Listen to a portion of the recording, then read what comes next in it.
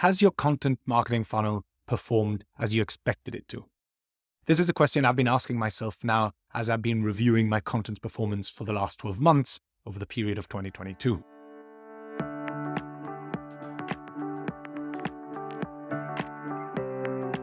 Now, we content marketers, we love to put together a content funnel where we can produce content that targets specific stages of the customer journey, right? In theory, these are the TOFU, MOFU, BOFU content, right? Where the top of the funnel, we want to attract traffic, attention, awareness, and all this theory that you all, I'm sure, know about. Actually, check out this SEMrush infographic, which I think is super useful as to what content typically matches these stages. But these are assumptions, and these assumptions differ from business to business. The amazing thing that I can do with Dreamdata's content analytics, and I know I'm getting a bit too excited about it, but it's true, is that I can actually test it. So whether my assumptions that my awareness building and thought leadership pieces at the top of the funnel are actually performing and the task that I intend them to, and whether those success cases and use cases and recipes are performing at the bottom of the funnel to help sales get those opportunities over the line. And that's why I put together this recipe to try and inspire you, if you're not already doing it, and show you how you can do this with Dreamdata's content analytics. Okay, so let's jump straight to it, and I'll minimize myself first if I can. We're going to head down to revenue analytics, and let me move myself now, and then going to select content analytics. Right, I've already pre-selected the filters as I've been working on this already.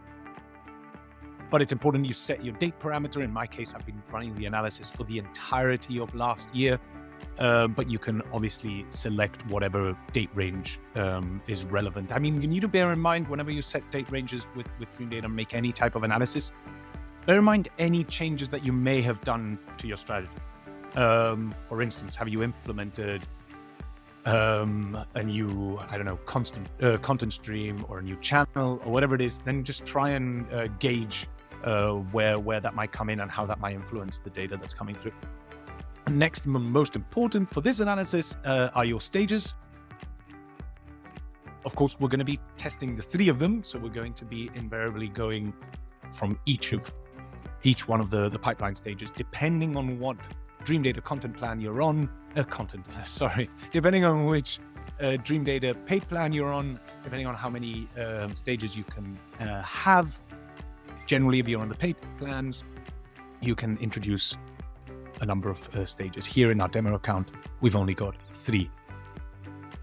And then select the relevant content categories if you have set these up. If you haven't, you can do so really easily on the platform. Then I'm not doing much else. You can obviously get an overview of the performance for this pipeline stage here up top. But what I'm interested in for this analysis is this table here, which I'm clicking through. And of course, you're more than welcome to take a look at the data here on the app.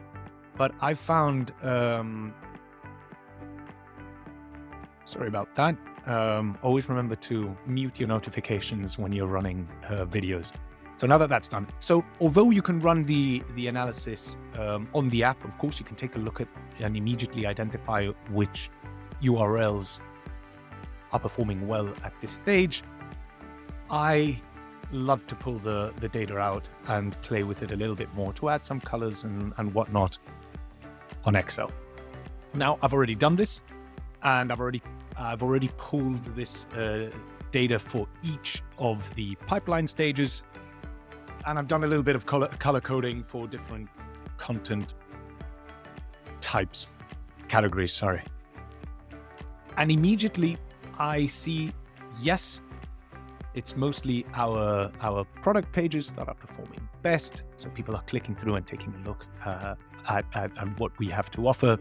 But also interestingly, we've got some of these, we call them solution pages. So who is Dreamdata for, essentially? And we've got marketers at the top. So I think they're looking for, this is very much awareness building, like what can a marketer derive from Dreamdata? And it's lovely to see it performing right up there, to be honest. Also less so for ops and BI and sales, which are all Dreamdata users, potential Dreamdata users. If your sales and market and ops teams aren't using Dreamdata, make sure you get them adopting, because there's a lot of value for each of them. Now, when it comes to the blog, I also see some of the very upper funnel stuff, right? It's a more thought leadership. It's more awareness building, problem-based. I'm not really seeing many success stories which we have much further, which we intend or assume are going to impact much further down the funnel. And I think we can see that actually this is quite accurate. Our assumptions so far my assumptions are being proven correct. Let's take a look. Okay, let's jump straight through to new business. Let's see what changes are here. So these are for accounts that have actually closed. Again, we see the product pages doing well. Interesting that the data platform comes up on top here, which means that's where customers or users are getting more into the detail of what happens behind the scenes with Dreamdata. The solutions pages start climbing down, and we should start seeing more success cases somewhat. At least we can see use cases here for the data platform once again. Again, are much more 8 things you can do with content analytics. You still get the other stuff performing well as well, but these are content pieces that we've put together very much for further down the funnel. Now, there's one more insight that I found when I was running this analysis myself, which I found extremely useful and almost by chance, and that is the content categories we have in place in the blog and how these change. These are people are clicking through these categories and how these change depending on the stage of the pipeline that they're in. And in New Biz, I can do a search here. We see actually that up top comes the success stories. So I was really pleased to see this, which means people are, it kind of reinforces the assumption that people further down the funnel are interested in seeing how other users like themselves have succeeded with Dreamdata. And the equivalent search in the MQL stage, we find, let's see the first one, we find here marketing, again, very much on the awareness stage. We find attribution, also performing quite highly. And we don't get to success stories until way down below. So this was a really nifty, I think, insight that I found that you might have if you've got categories in your blog post. Anyways, with that, let me expand myself once more. There. With that, I hope you can replicate this analysis and see whether or not your content categories and different URLs are performing where you intend them to, or where you assume they should be performing. Let us know, as always. And if you have any suggestions for more recipes, especially on the content front, do connect with me on LinkedIn and reach out.